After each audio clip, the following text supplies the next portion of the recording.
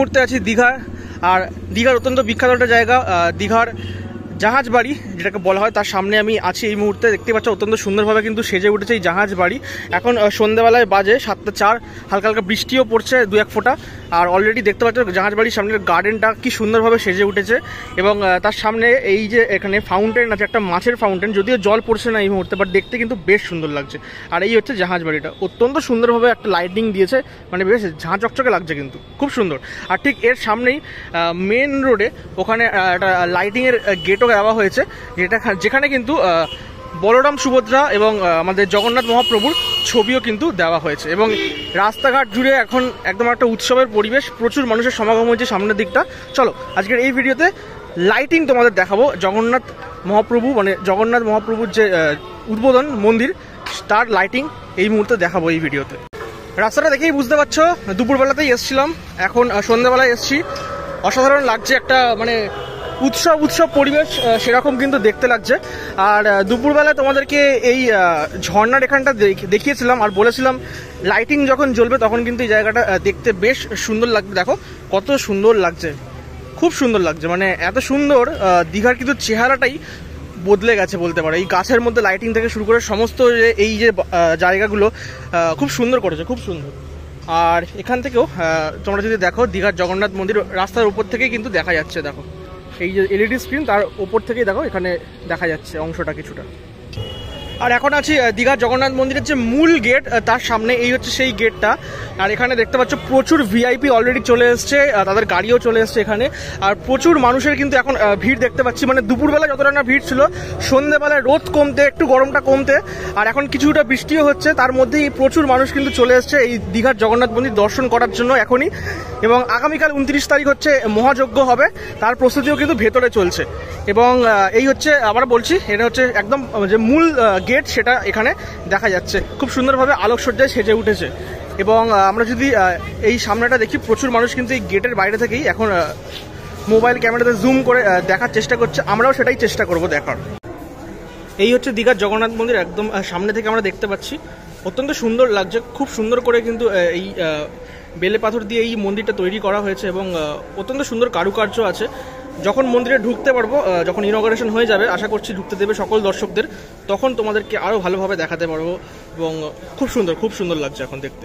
Actually আমি দুপুরবেলাতেও দেখলাম জগন্নাথ মন্দির এবং সন্ধ্যাবেলাতেও দেখছি, দুটো কিন্তু দু রকমের সৌন্দর্য বলা যেতে পারে। সন্ধ্যাবেলা সৌন্দর্যটা কিন্তু একদমই অন্যরকম, লাইটিংয়ের উপর ভিত্তি করে পুরোটাই কিন্তু এটা গড়ে উঠেছে বলা যেতে পারে। এবং অনেকটা বড়, 20 একর জমির ওপর, বুঝতেই পারছো এতটা বড় একটা মন্দির। তাছাড়াও আরও অনেক জায়গা জুড়ে অনেক কিছু তৈরি হবে আগামী দিনে, সেগুলো কিন্তু আস্তে আস্তে তোমরা দেখতেই পাবে। তবে মন্দিরটা কিন্তু জাস্ট অসাধারণ লাগছে, যেমন রাস্তায় লাইটিং করেছে তেমন কিন্তু মন্দিরটা কিন্তু দুর্ধর্ষ করেছে। আমরা এখন আছি অশ্বদ্বারের সামনে, মানে ওই হচ্ছে দেখতে পাচ্ছ দুটো কিন্তু ঘোড়া, ওখানে স্ট্যাচু আছে, এটা হচ্ছে অশ্বদ্বার। মানে এই জগন্নাথ মন্দিরের 4টে দুয়ার আছে, সিংহদ্বার, অশ্বদ্বার, হস্তির দুয়ার, এভাবে কিন্তু 4টে দুয়ার আছে। আর এই জগন্নাথ মন্দিরেই কিন্তু আগামীকাল মানে 29 এপ্রিল মহাযজ্ঞের আয়োজন করা হবে। তারপরে আস্তে আস্তে যা স্টেপ আছে সেগুলো কিন্তু করা হবে। বুঝতেই পারছো মানে বিশাল তোড়জোড় চলছে ভেতরে, আর মানে পুরো এইখানটা ব্লক করা আছে। তো এখান থেকেই তোমাদেরকে আপাতত দেখিয়ে দিলাম দীঘার জগন্নাথ মন্দির সন্ধ্যেবেলায় লাইটিং নিয়ে কেমন দেখতে লাগছে। এখন চৈতন্য দুয়ারের সামনে আছি।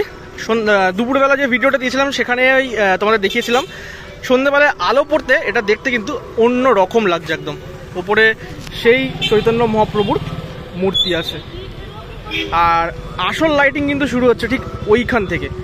একদম সেই আমাদের মনে হচ্ছে পার্ক স্ট্রিটে যেন চলে এসেছি লাইটিং দেখতে। চলো ওটা এক ঝলক তোমাদের দেখিয়ে দিই। তো এই হচ্ছে সেই রোড, যে রোডটা একটু আগে যেটা বললাম যে কলকাতার পার্ক স্ট্রিটের কথা মনে পড়ে যাচ্ছে। দুর্দান্ত সাজিয়েছে, মানে এটাই হচ্ছে মনে হচ্ছে যেন আসল জায়গা দীঘার জগন্নাথ মন্দির উদ্বোধনের যে রাস্তাটা। এবং এই রাস্তাটা পুরো একদম যতটা চোখ যাচ্ছে ততটা জুড়েই কিন্তু এই টানা লাইটিং আছে। এখানে দেখো জগন্নাথ, বলরাম, সুভদ্রা প্রত্যেকেরই মুখ কিন্তু এখানে ছোট ছোট করে লাইটিংয়ের আকারে কিন্তু দেওয়া হয়েছে, যেটা কিন্তু দেখতে বেশ ভালো লাগছে। যত এগোচ্ছি তত দুর্দান্ত দুর্দান্ত লাইটিং এর গেট আমরা দেখতে পাচ্ছি। প্লাস এই জায়গাটা দেখো কি সুন্দর করে ডিজাইন করা হয়েছে। তার সাথে এই যে গেটটা দেখছো, এই গেটে রথের চাকা থেকে শুরু করে পুরীর রথের যে ধ্বজা সেটা কিন্তু আমরা দেখতে পাচ্ছি, মানে পুরীর মন্দিরের ধ্বজা, সেই সমস্ত কিছু কিন্তু এখানে দেখা যাচ্ছে।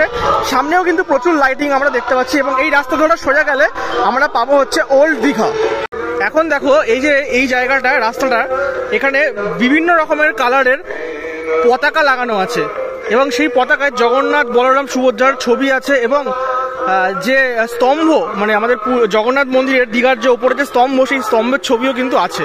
তার সাথে ওম লেখাও আছে অনেকগুলো পতাকায় এবং এই রাস্তাটা জুড়ে কিন্তু এই পুরো পতাকাটা আছে। সত্যি কথা বলতে এই পুরো দীঘা এখন আলোতে সেজে উঠেছে এবং জগন্নাথ মন্দির তো তোমাদেরকে দেখালামই সন্ধ্যেবেলায় কেমন লাগছে, তার সাথে রাস্তাটাও দুর্ধর্ষ লাগছে। আর সত্যি কথা বলতে এই ভিডিওটা বাড়াচ্ছি না, কেননা প্রচুর লাইটিং, যত দেখাবো তত ভিডিওটা বড় হবে। তাই ভিডিওটা এখানেই শেষ করছি। তোমাদের ভিডিওটা কেমন লাগলো অবশ্যই জানিও।